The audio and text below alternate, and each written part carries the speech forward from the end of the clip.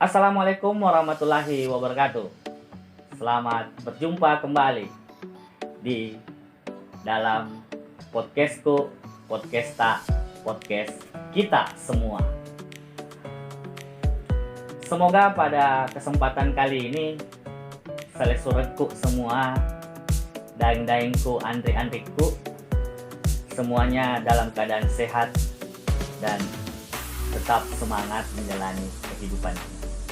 Nah, di kesempatan hari ini kita ketemu bersama salah satu narasumber yang akan kita ajak bincang-bincang. Kita gali bagaimana kehidupannya di dalam mengarungi bahtera kehidupan sekarang ini. Nah, salah satu narasumber ini,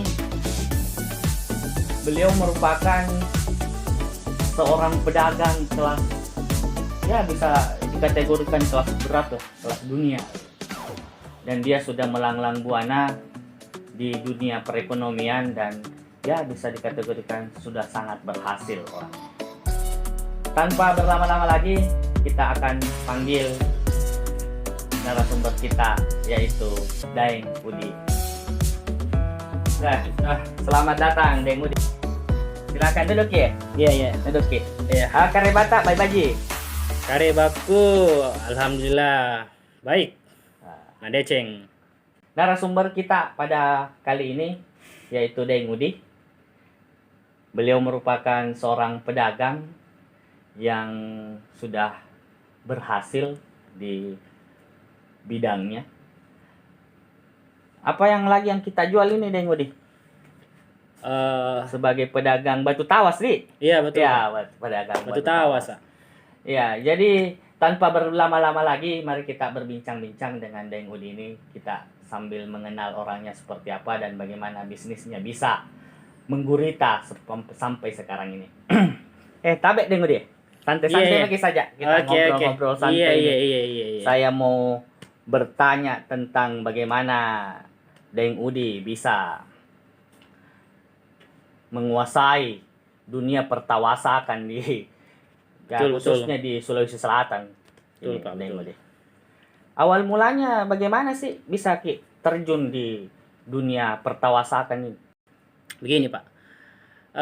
Awal mulanya itu Pak, saya seperti pedagang biasanya menjual batu tawasa seperti ya penjual-penjual yang di pasar. Di pasar ya, itu. Betul. Tetapi lambat laun itu kebutuhan kan ya semakin meningkat. Sementara anak-anak saya ya mau sekolah. Saya punya inovasi. Bagaimana itu batu tawasa bisa dikenal gitu. Iya, bisa kenal sama masyarakat luas ya, gitu. Masyarakat luas di sana. Nah, begini. Saya ambil batu biasa. Itu batu biasa karena batu tawas sekarang langka. Oh, bahan bakunya sudah langka sekarang batu tawas Daeng Udi. Iya. Bahan bakunya sudah langka sekarang. Makanya saya ambil inisiatif untuk mengambil batu-batu yang ada di pinggir-pinggir jalan. Wah, yang ada di sekitar ini. Iya. Yang ada di pinggir jalan saya ambil baru saya cat warna putih. Iya. Baru saya amplas, dihaluskan itu ya. Iya, supaya mirip dengan yang seperti batu tawas pada umumnya. Nah, iya. Jadi ceritanya ini kita ini menjual batu tawas palsu ceritanya. Ya, bisa begitu begitu Pak.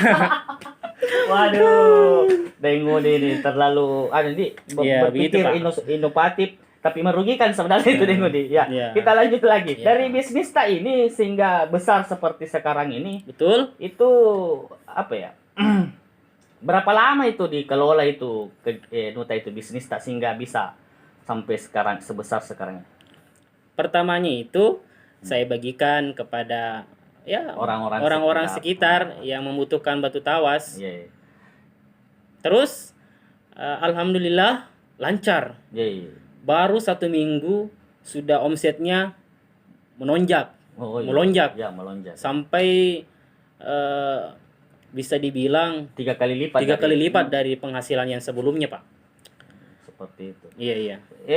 Kita sudah jauh lagi nih bahas batu tawas, tapi belum Pi. Ini sebenarnya supaya semua pemirsa semua dengarkan, Iya. tahu apa itu anunya batu tawas. Iya. Jadi apa itu sebenarnya gunanya batu tawas sih? Batu tawas itu, Pak, Iya. gunanya itu yang pertama untuk memutihkan Daerah. Keti. Daerah Keti. Daerah Keti ya, daerah situ. Memutihkan yang anu juga bisa juga kasih Iya. apa? Tidak berbau itu Keti. Ya, tidak berbau. Iya. Tidak bau busuk lah. Itu udah bilang orang Makassar kayak bau saku lu. Ya, itu. Saku apa lagi? Saku Sakulu. tinggal dewa. Ya, begitu. Ya, lanjut lagi. Iya. Ini kan kita sudah tahu bahwa zaman sekarang itu masih di masa-masa pandemi sekarang ini beberapa satu tahun terakhir ini. Apakah bisnis tak juga ini terdampak di batu tawas ini, Dengodi? Iya, tapi. Jadi semenjak pandemi itu, Pak, bisnisku penjual batu tawas sangat berdampak di usahaku. Apalagi ada yang namanya pemerintah itu mengeluarkan informasi bahwa ada yang dibilang lockdown. Oh, lockdown ya. Iya, lockdown, Pak, lockdown. Lockdown. Jadi orang kan tidak ada yang mau keluar dari rumah. Iya, betul. Lockdown nih. Ya, lockdown dilarang orang dilarang keluar. Terus makanya tidak ada yang mau menggunakan batu tawas. Iya, tidak keluar rumah. Iya. Jadi orang-orang pada tinggal di rumah. Ya, jadi semuanya. Omsetku menurun sampai di bawahnya 50%.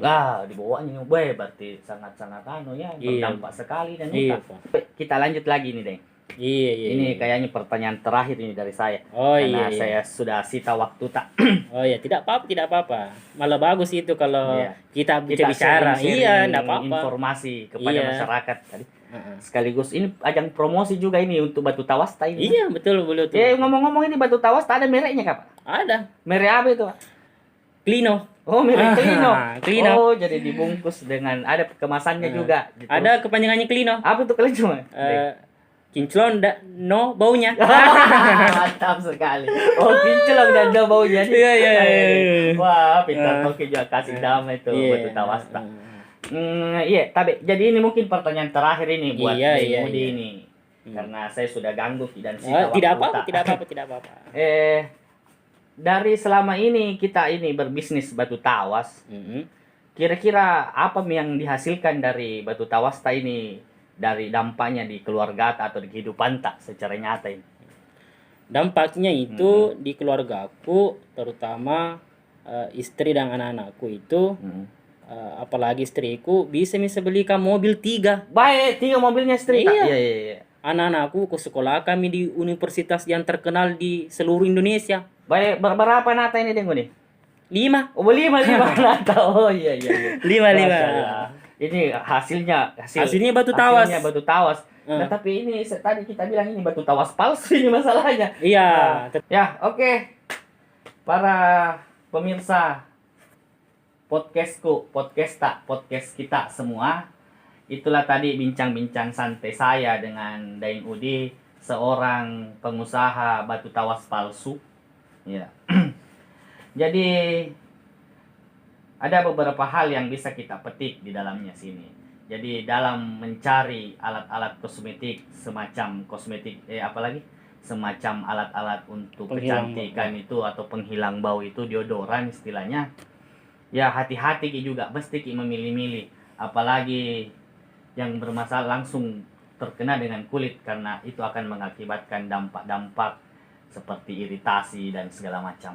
Para pemirsa podcast kita semua, untuk kesempatan kali ini kita akhiri bincang-bincang kita. Kita akan bertemu di podcast berikutnya dengan narasumber yang mungkin bisa lebih heboh atau bahkan lebih gila daripada yang sebelumnya. Oke, terima kasih. Salam semua.